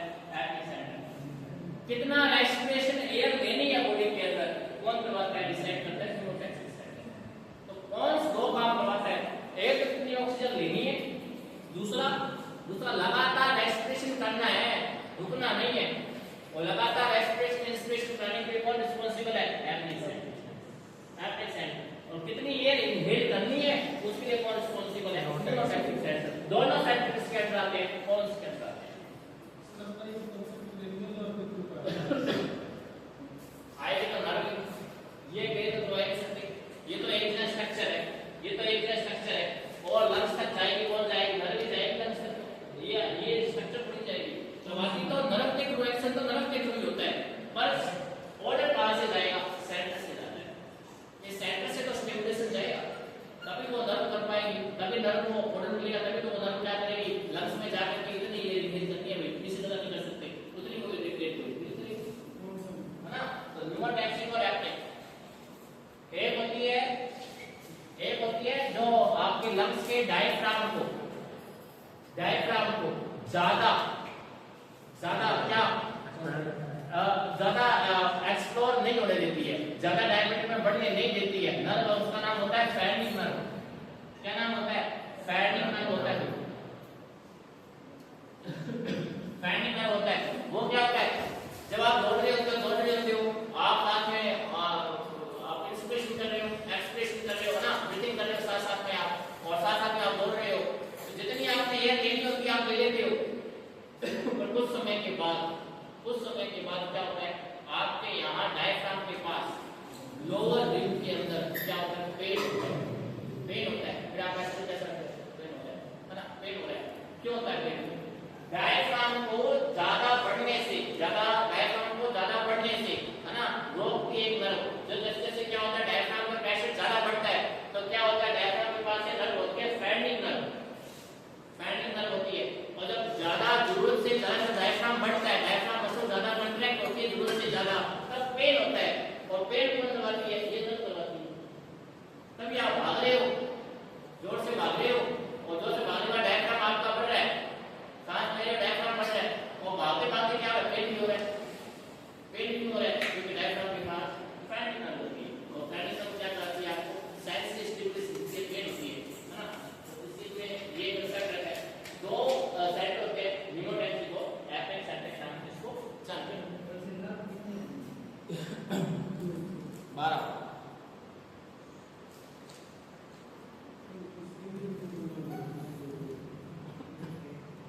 सर ऑक्सीजन ਆਪਾਂ ਵੈਸੇ एयर इनहेल सीसी ਤੇ ਵੀ ਕਰੀ ਦੀ ਹੈ ना। 1500 सीसी 3000 सीसी इससे सीसी ਦੇ ਵਿੱਚ ਆਪਾਂ ਨੇ ਕਾਊਂਟ ਕਰੀਦਾ 1500 सीसी 3000 सीसी फिजिकल हाँ फिजिकल वर्किंग करते हैं वो फिजिकल वर्किंग है। तो वैसे जो हमें नॉर्मल तो इसको देखना होता है तो हमें क्या करते हैं जैसे एक तो रनिंग करवाते हैं इसके अंदर है ना रनिंग में क्या करते हैं अपने इसको देखते हैं कितना वो सांस अंदर ले सकता है कितना छोड़ सकता है उसका रेस्पिरेशन कब बढ़ता है कब घटता है उसको चेक करने के लिए अपने इस पे यूज करते हैं मेडुला ऑब्लोंगेटा दो सेंटर बताए थे कौन से दो सेंटर बताए थे कौन से 5 मिनट का टाइम है भाई है उसके बाद उसको लेक्चर स्टार्ट हो जाएगा साइकोलॉजी सोशियोलॉजी बहुत जरूरी है चाह पी लो अरे 10 मिनट का ब्रेक मिलेगा मेरे पास है 3.5 मिनट और 3.5 मिनट के अंदर मेडुला ऑब्लोंगेटा को पूरा खींच देता हूं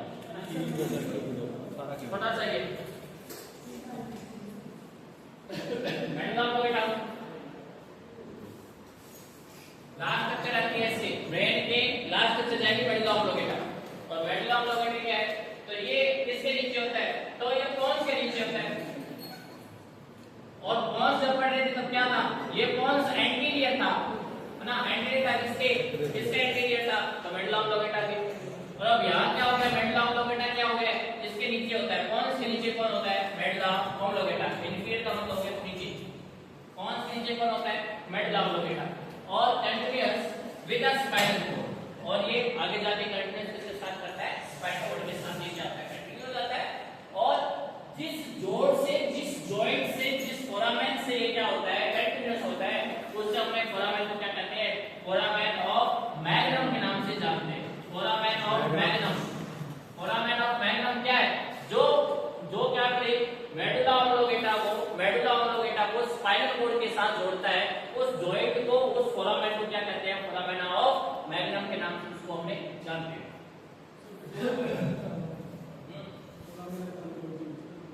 इसका फोरामेन क्या होता है ये तो जॉइंट कहते हैं हम इसको हाँ जॉइंट कहते हैं और उस स्ट्रक्चर को जहां जोड़ती है स्ट्रक्चर को मैं क्या नाम दे दिया मैग्नम नाम दे दिया joint of magnum foramina of magnum के नाम से उसको हमने जानते हैं और ये क्या बनाता है कहां होता है प्रेजेंट कहां होता है फोरामेना ऑफ मैग्नम प्रेजेंट कहां होता है कौन से लॉ में होता है तो ऑसिपिटल ये पीछे का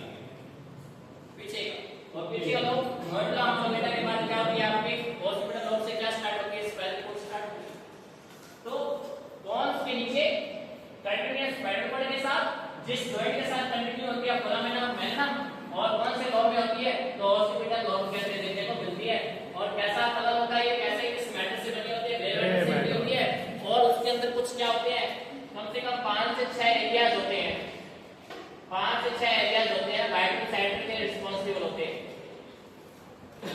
क्या काम करवाते हैं वाइटल सेंटर जितने भी बॉडी के वाइटल सेंटर हैं वाइटल सेंटर और वाइटल सेंटर की फिजियोलॉजी के लिए वाइटल सेंटर के फिजियोलॉजिकल मैकेनिज्म के लिए रिस्पांसिबल होता है कौन मेडुला ऑब्लोंगेटा कौन कौन से वाइटल सेंटर या वाइटल फिजियोलॉजी है तो उससे पहले आता है कार्डियोवास्कुलर सेंटर वाइटल सेंटर है कार्डियो हार्ट के ना थोड़ी काम नहीं रहेगी तो सबसे पहला फिजियोलॉजी को कहते हैं सबसे पहला कौन सा सेंटर है कार्डियोवास्कुलर और कार्डियोवास्कुलर में क्या कार्डियक सेंटर ये क्या करता है कार्डियक एक्टिविटी को क्या करता है रेगुलेट करता है बीट्स को रेगुलेट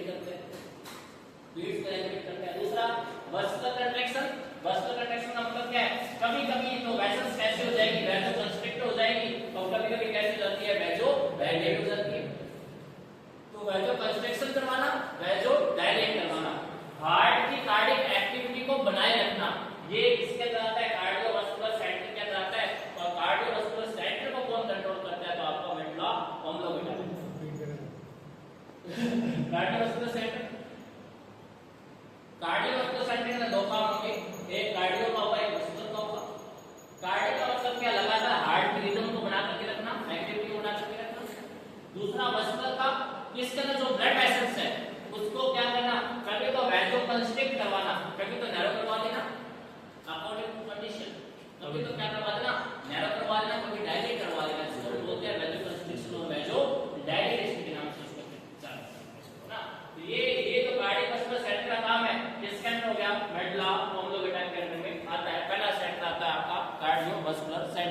यस सर। दूसरा रेस्पिरेटरी सेंटर। और रेस्पिरेटरी सेंटर में क्या, ये रेस्पिरेशन क्या करता है, रेस्पिरेट करवाने का काम करता है। लगातार रेस्पिरेशन करवाना है, कौन करवाता है, तो मेडुला ऑब्लिंगुआ क्या करता है, रेस्पिरेशन करना है अपने। तीसरा रिफ्लेक्स सेंटर। और रिफ्लेक्स सेंटर में क्या, जो लगातार रिफ्लेक्स की बात हो रही थी, लगातार रिफ्लेक्स की बात हो रही थी, कैसा, आंखों का ब्लिंक करवाना, कोई कफिंग आती है कफ करवाना, वॉमिटिंग करवाना, है ना, इसके साथ साथ स्नीजिंग करवाना, स्नीजिंग के साथ साथ गैगिंग करवाना, ये सारे के सारे जो रिफ्लेक्स है। गैगिंग का मतलब होता है कोई माइक्रो ऑर्गेनिज्म आपके गले में चला गया और सुबह सुबह कई क्या करते हैं, कोलगेट करते हैं ऐसे, है ना, और बर्ड्स को क्या करते हैं, बर्ड्स को एकदम थ्रोट तक लेके ले जाते हैं, है ना, और फिर जोर जोर से क्या करते हैं, कफिंग करते हैं एकदम से, पता चलता है नार है भी लोग, है ना, जो क्या करता है ऐसे करके बर्ड्स करेगा और बर्ड्स को क्या करता है पूरे गले तक ले जाता है, गले तक साफ करता है इसे। और गले तक ले जाने का मतलब क्या होता है कि यहाँ आपके वैगस नर्व होती है, और वैगस नर्व क्या होती है, वो क्या होती है, हाइपर स्टिमुलेट हो जाती है। और हाइपर स्टिमुलेट होने की वजह से क्या होता है, जोर जोर से कफिंग आती है, उससे कफ वैसे नहीं आ रही, पर वो क्या कर रहा है, वैगस नर्व को स्टिमुलेट कर रहा है, और वैगस को स्टिमुलेट कर कफिंग आती है। और सर वो ग्लिसरीन भी लगाते हैं ना कई डॉक्टर गले के अंदर, हाँ, वो क्यों लगाते हैं, क्या चीज, ग्लिसरीन लगाते हैं वो क्यों लगाते हैं, भाई वो कफ बंद करने के लिए लगाते हैं कफ बंद करने के लिए, निगलना, कोई चीज निगले ना, पीछे से स्वेलो ना करे, पीछे से स्वेलो ना करे। ऑटोनॉमिक प्रोसेस है, ऑटोनॉमिक प्रोसेस को कोई एक्टिवेट करवाएगा, ऑटोनॉमिक ये सारे के सारे अपने आप होती है, अपने आप होती है एक्टिविटी, पर अपने आप होती है, पर अपने आप ही तो इसको कोई एक्टिवेट करवाएगा। और एक्टिवेट अब सडन कोई मॉस्किटो आ रहा है, आई के अंदर आई को ब्लिंक होना है, तो आई को ब्लिंक होने कोई ऑर्डर तो देगा, कौन देता है, हेड डॉक्टर ब्रेक करवाएगा, कमिंग करवाएगा, वॉमिटिंग करवाएगा, नहीं ब्रेड को परमिशन देगा, ब्रेड को परमिशन देना कैसे काम होता है, ब्रेड को परमिशन देगा ना, पहले ब्रेड को परमिशन देगा, ये करवानी है इसको, है ना, परमिशन लेनी पड़ती है। हाँ, मिली सेकंड में चांस होता है, मिली सेकंड के अंदर क्या होता है, इसका रिस्पॉन्स होता है। कार्डिक, रेस्पिरेटरी, और तीसरा आपका रिफ्लेक्स सेंटर, और लास्ट स्ट्रक्चर है इसको बोलते हैं अपने सेरिबेलम, लास्ट स्ट्रक्चर है इसकी सेरिबेलम। नर्वस सिस्टम की सारी स्ट्रक्चर गई, सिर्फ स्पाइनल कॉर्ड को छोड़ कर गया, वो भी करवा दो सर। इतने एफिशिएंसी नहीं है अभी, है ना, एक मैदान छोड़ करके भाग रहे हैं अभी, तो सेरिबेलम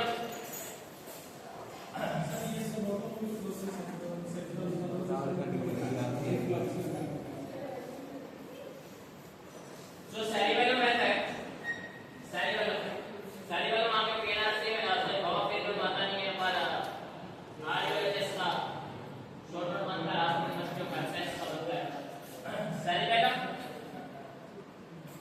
बिहाइंड द बोन्स के पीछे, सर बिहाइंड द बोन तो पहला मेडुला और हाँ बिहाइंड था, वो lateral था, वो इंफीरियर था, एक इंफीरियर था, एक एंटीरियर था, है ना, और ये बिहाइंड के पीछे की ओर, इंफीरियर और बिहाइंड में फर्क होता है, इंफीरियर होता है नीचे, बिहाइंड होता है उसके पीछे, बिहाइंड होता है उसके बोन्स के पीछे, बोन्स के पीछे एक स्ट्रक्चर है, बोन्स के पीछे एक स्ट्रक्चर है जिसको हम बोलते हैं सेरिबेलम, और बिलो द सेरिबेलम, सेरिबेलम के नीचे और बोन्स के पीछे जो स्ट्रक्चर है उसे क्या बोलते हैं, सेरिबेलम के नाम से उसको जानते हैं। दो पार्ट में डिवाइड किया है सेरिबेलम को जो दो पार्ट में डिवाइड करवाता है, सेरिबेलम को जो दो पार्ट में डिवाइड करवाता है उसे हम क्या बोलते हैं, उसे हम वर्मिक्स बोलते हैं, उसे जो सेरिबेलम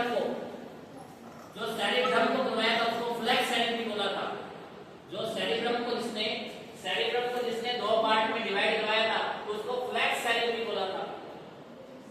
फिर नीचे आकर के वो कॉर्पस कैलोसम बन गया था, वो सेरिबेलम की बात थी। सेरिबेलम के अंदर जो सेरिबेलम को दो पार्ट में क्या करता है, डिवाइड करता है, उसको हम क्या बोलते हैं, वर्मिक्स बोलते हैं।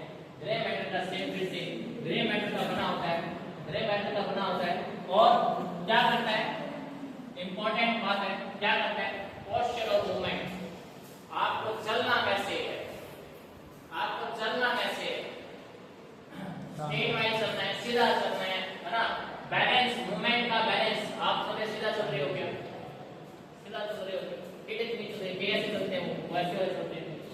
चिपका के तरह है ना, ऐसे चलते हैं वो, दीवार को पकड़ के चलते हैं वो, सीधा नहीं चलते हैं, कई ऐसे चलते हैं सीजर के मूवमेंट। ਸਰ ਮਤਲਬ ਬੱਚੇ ਜਿਹੜੇ ਛੋਟੇ ਜਿਹੇ ਹੁੰਦੇ ਉਹਨਾਂ ਚ ਆ ਸਾਰੇ ਬਲਮ ਜਿਹੜਾ ਹੈਗਾ ਇਹ ਐਕਟਿਵ ਵਾਲੀ ਉਹ ਨਹੀਂ ਹੁੰਦਾ ग्रोथ करता है, ग्रोथ करता है, अभी वो ग्रोथ करता है, ग्रोथ एंड डेवलपमेंट करता है, ग्रोथ करता है। बच्चों कई बच्चे कुछ चल नहीं पाते हैं, और जैसे जैसे वो मैच्योर होता है, ग्रोथ करता है, सेरिबेलम ग्रोथ कर देता है, फिर वो सीधा चलता है। बच्चे बड़े भी नहीं चल पाते सही। यहाँ पे जो बड़े होते हैं वो भी टेढ़े मेढ़े चलते हैं, कब चलते हैं जब एडकोल का स्टेशन होता है ना, एडकोल जगह नहीं लेते तब क्या करते हैं, ऐसे चलते हैं। बिना पीते सर बेटे चलते हैं। तो सेरिबेलम क्या करता है, इंपॉर्टेंट बात है।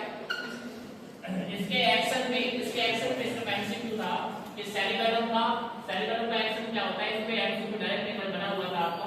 तो सेरिबेलम का काम क्या होता है, तो मूवमेंट ऑफ या बैलेंस ऑफ मूवमेंट या पोस्चर ऑफ मूवमेंट से बोला जाता है। मूवमेंट को बनाए रखने के लिए, मूवमेंट को मेंटेन करने के लिए, बैलेंस को मेंटेन करने के लिए इसका काम होता है इसका सेरिबेलम। सिंपल सा है, बाकी का बात। आज की क्लास यहीं पे ख़त्म होती है। Thanks for watching.